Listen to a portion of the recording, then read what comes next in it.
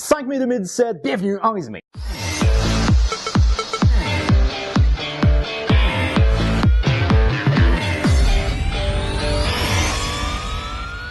Bonjour à vous communauté, mon nom est Yves Lanty et bienvenue en résumé l'actualité avec une pointe d'humour et d'humanisme. Alors communauté, j'espère que vous avez passé une excellente semaine. D'entrée de jeu, permettez-moi de vous expliquer pourquoi est-ce que je mets ma vidéo hebdomadaire en ligne vendredi et non jeudi. Alors probablement que pendant l'été, ça va arriver à plusieurs reprises que je pourrais pas mettre en ligne mes vidéos le jeudi. Pourquoi? Ben c'est parce qu'au niveau de mon travail, on n'a pas respecté ma demande de congé qui est pour le jeudi d'ordinaire et on m'a accordé mes congés pour à peu près les 3 prochains mois, les vendredis. Fort probablement que pour le commun des mortels, c'est beaucoup plus attrayant d'avoir congé le vendredi. Pour moi, ça rend juste les choses un petit peu plus compliquées pour faire ma capsule le jeudi. Ceci étant dit, ça me permet quand même de faire plus d'heures à cause des vacances puis tout ça. Donc, c'est ce qui fait que je vous donnerai pas rendez-vous nécessairement les jeudis, mais je vais essayer de faire quand même une vidéo par semaine en espérant pouvoir la faire soit le jeudi ou le vendredi. En gros, ça va être ça pour ce qui est de l'été. Maintenant, communauté, au cours de cette semaine, disons que ça a été une semaine plutôt colorée pour ma part au niveau essentiellement de ma communauté web. Alors, en gros, ce qui est arrivé, première des choses, c'est que mes 2 vidéos de la semaine dernière ont été considérées comme étant monétisables. Alors, j'ai réussi! Alors, je suis pas sûr vraiment de comprendre qu'est-ce que la limite selon YouTube pour ce qui est quelque chose de monétisable et ce qui est quelque chose de non monétisable. Parce que, voilà à peu près 2 semaines, j'avais parlé de Daddy05, qui est une chaîne YouTube qui avait maltraité leurs enfants, si vous voulez. Puis, on m'avait répondu comme quoi c'était un sujet qui était considéré comme étant sensible pour les annonceurs, donc ma vidéo était non monétisable. La semaine dernière, j'ai encore parlé de Daddy05 et cette semaine, je vais le faire encore. Et la semaine dernière, on a considéré que ma vidéo était monétisable. Alors, je sais pas c'est quoi exactement la limite et où ça devient un sujet sensible qui est suffisamment sensible pour ne pas être monétisable.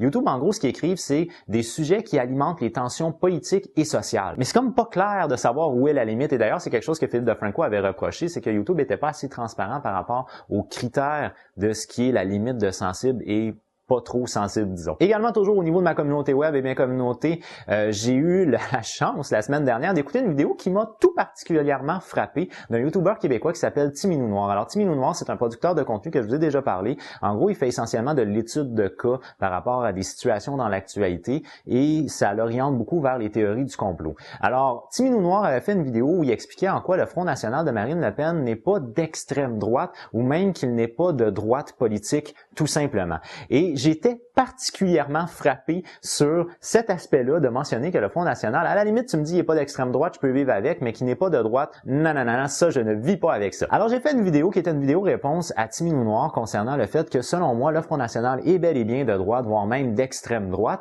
Et ce que je dois dire, c'est que le YouTuber québécois a été très généreux à mon égard. Alors, d'abord, il a pris le temps de visionner ma vidéo et de la commenter, donc déjà là, je lui dis infiniment merci. Également, il a partagé ma vidéo et ça, sans même me bâcher, sans même dire des mauvaises choses sur moi, sur sa page Facebook, ce qui a amené des gens à venir voir ma vidéo puis même à commenter. Il y a des gens qui ont commenté d'une manière haineuse, ça, c'est pas vraiment un sujet qui est selon moi très intéressant à débattre. Là, quand tu me traites de merde, je considère que ton commentaire est de la merde, donc je vais pas répondre à ça. Par contre, il y a des gens qui se sont opposés à ma perception de la gauche et de la droite et qui m'ont amené de l'information. Et ça, j'adore ça. Même si vous n'êtes pas d'accord avec ce que je dis, sentez-vous parfaitement à l'aise de m'amener des informations, puis ça va me faire plaisir de pouvoir vous lire et même d'échanger un petit peu avec vous. Maintenant, pour ceux qui sont intéressés de voir ce fameux vidéo-là, le lien va être dans la barre de description juste en dessous. Si jamais vous voulez m'appuyer d'une manière ou d'une autre, puis vous êtes comme pas certain de ce que je raconte, sachez que ma perspective à moi de gauche et de droite, c'est une empreinte de mon enseignement, tout simplement. Alors, mon concept de gauche et de droite me vient essentiellement de mes études en sciences politiques à l'Université de Montréal. Puis plus particulièrement, le concept de gauche et de droite, pour ma part, avait été expliqué dans un livre qui s'appelle La politique en question, qui a été écrit par les professeurs du département de sciences politiques de l'Université de Montréal. Puis c'est sûr que pour moi, ça influence énormément ma perception parce que les professeurs, c'est mes professeurs qui ont écrit ça. Et eux, ce qu'ils proposent comme concept de gauche et de droite, c'est que le concept doit varier selon les époques et les nations. C'est-à-dire qu'il n'est pas cristallisé dans le temps ni dans la culture. Fait que la gauche et la droite française n'est pas la même que la gauche et la droite américaine et il ne faut pas les comparer. À la limite, on peut comparer les différentes politiques des 2 pays, mais sans dire que la gauche et la droite américaine seraient la même que celle au niveau de la France. Ce n'est pas international. Alors, c'est la raison pour laquelle moi, j'apporte que le Front national est bel et bien un parti de droite. Et pourquoi je dis que c'est un parti qui serait d'extrême droite? C'est parce que le Front national mise beaucoup, au niveau de ses propositions, sur la sécurité. Et il met de l'avant un discours de peur, de crainte de l'étranger. Alors, l'étranger, c'est un terme qui est présent dans la plateforme du Front national. Et lorsqu'on utilise un discours qui est un discours de peur, c'est typique des discours de l'extrême gauche ou de l'extrême droite, peu importe. Alors, si vous amenez un discours de peur, comme par exemple de la haute bourgeoisie ou des multinationales, vous allez être d'extrême gauche. Si vous avez un discours de peur par rapport à l'étranger ou par rapport à une culture, vous êtes d'extrême droite. Alors, moi, ce que j'en comprends dans la plateforme du Front National, c'est qu'il y a une peur de l'étranger qui semble être musulman ou arabe, qui serait une menace à la sécurité sociale de la France. Il y a une peur de l'étranger allemand qui est identifié comme étant Angela Merkel pour ce qui est de l'influence sur le système politique français, sur les institutions politiques françaises, et une peur de l'étranger au niveau économique, de l'étranger américain qui viendrait contrôler l'économie française. Alors, c'est ce qui m'amène à dire que, à cause que leur discours tourne beaucoup alentour de la peur, c'est de l'extrême, et parce qu'ils misent sur l'étranger, c'est de la droite. Alors, c'est ma perception. Non, le Front National n'est ni le parti nazi, ni le fascisme de Mussolini. Comme dernière chose concernant ma semaine colorée communauté, je voulais vous mentionner un commentaire très particulier que j'ai eu de nul autre que Dieu en personne. Alors, j'avais fait une vidéo il y a de cela un petit bout de temps où je parlais que McDonald's voulait offrir la livraison à domicile pour 2017, et j'avais écrit comme titre la chose suivante. Alors, j'avais écrit comme titre McDonald's livraison à domicile pour 2017, Dieu existe. Alors, lorsque moi je mentionnais Dieu existe, je faisais référence ici à oh wow, quelle chance que nous avons, et non que dans une vidéo d'1 minute 30, je voulais justifier l'existence de Dieu. Et ce que j'en comprends, c'est que l'utilisateur, lui, croyait avoir une vidéo où j'allais expliquer l'existence de Dieu. Alors, l'utilisateur qui s'appelle Michael Riccardi m'a commenté ma vidéo en me disant « Ce message est une tromperie. N'est pas un message avec Dieu, est juste un McDonald's, ce message est juste une merde dans le cul. » Alors, j'ai appris que dans le cul, on avait de la merde. Déjà là, je me sentais très gratifié. J'ai donc remercié l'utilisateur, lui disant merci de l'intérêt que tu portes à ma vidéo et merci de ton commentaire qui est complètement inutile. Et ce à quoi il m'a répondu la chose suivante. Je suis Dieu. Holy motherfucking crap. Je suis en train de parler avec Dieu. C'est la première fois de ma vie que je suis aussi proche de Dieu. Je suis Dieu, PD. Dieu vient de me traiter de PD. Je suis Dieu PD est le message pour toi NTM que par le cul. Alors là, j'ignorais ce que voulait dire NTM, donc j'ai fait une petite recherche pour apprendre que NTM référait à niquer ta mère. Alors pour moi, niquer quelqu'un, c'était de tromper quelqu'un ou d'arnaquer quelqu'un. Il semblerait que non. Niquer veut dire de baiser quelqu'un. Alors, il me propose donc de niquer ma mère, soit de baiser ma mère que par le cul. J'en comprends donc que Dieu vient de me traiter de PD et qu'il m'encourage à faire une relation incestueuse par la voie anale avec ma mère. On n'a plus les yeux qu'on avait.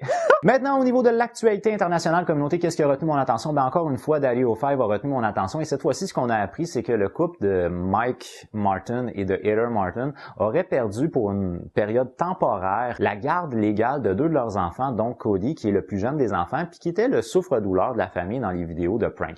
Alors, ce qu'on apprend, c'est que la police de Baltimore aurait fait une enquête, puis ça leur aurait amené les services sociaux à vouloir récupérer les 2 enfants et les remettre à la mère biologique. Donc, la mère biologique a été voir un avocat, puis elle a porté plainte pour avoir les enfants, et elle a réussi à avoir les enfants. Ce que raconte la mère biologique dans une vidéo YouTube, parce que ma foi, c'est rendu commun à cette heure de faire des vidéos YouTube sur notre vie privée, la mère biologique, avec son avocat, a fait une vidéo YouTube où elle explique qu'elle avait peur pour la sécurité de ses enfants, elle a été récupérée, que Cody au début était pas vraiment d'accord, mais que là, aujourd'hui, il va de mieux en mieux, puis qu'il semble être déprogrammé de la violence psychologique qui a été soumise avec son père. Alors là, moi, je me posais la question quand même. Pourquoi est-ce que la mère biologique, à la base, avait perdu la garde des 2 enfants? Est-ce que la justice avait décidé que le père était plus, disons, capable d'offrir une bonne éducation que sa mère biologique? Et là, ce que j'ai eu comme information, c'est uniquement de la part de la mère biologique. Et la mère biologique, ce qu'elle raconte, c'est que on lui aurait enlevé la garde de ses enfants d'une manière illégale en 2014, je crois,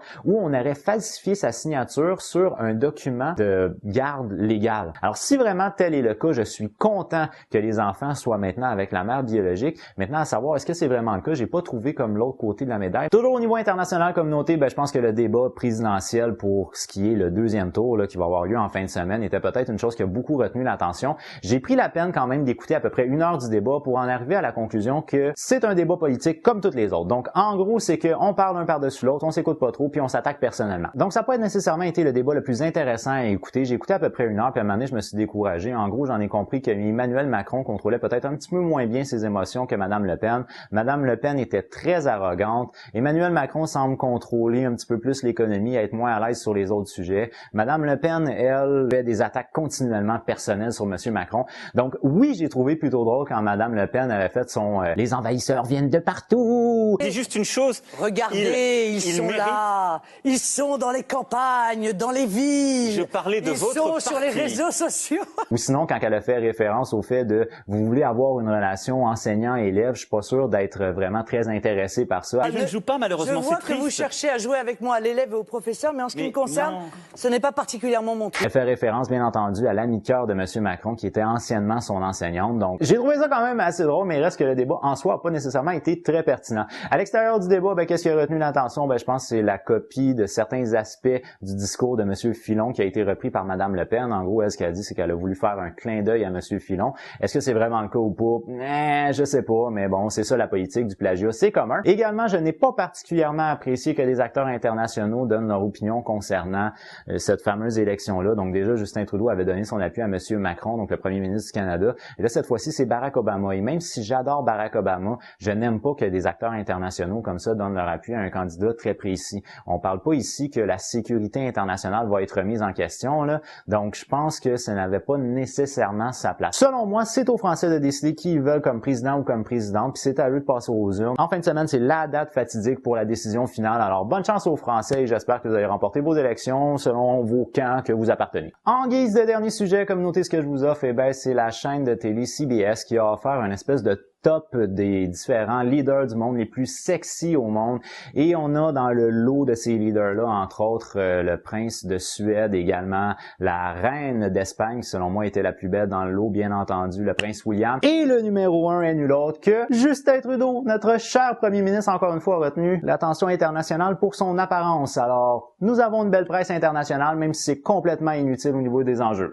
Sur sa communauté, pour moi c'est déjà tout, alors je vous donne rendez-vous la semaine prochaine, je sais pas exactement quelle journée, mais j'espère quand même que vous allez être de retour. Si vous avez aimé ma vidéo, n'oubliez pas de donner un petit j'aime. Si vous l'avez vraiment aimé, bien entendu, vous pouvez la partager. On se dit à la semaine prochaine. J'ai déjà hâte de vous voir. Out of the way! With love. Bye bye. Are you listening? Damn.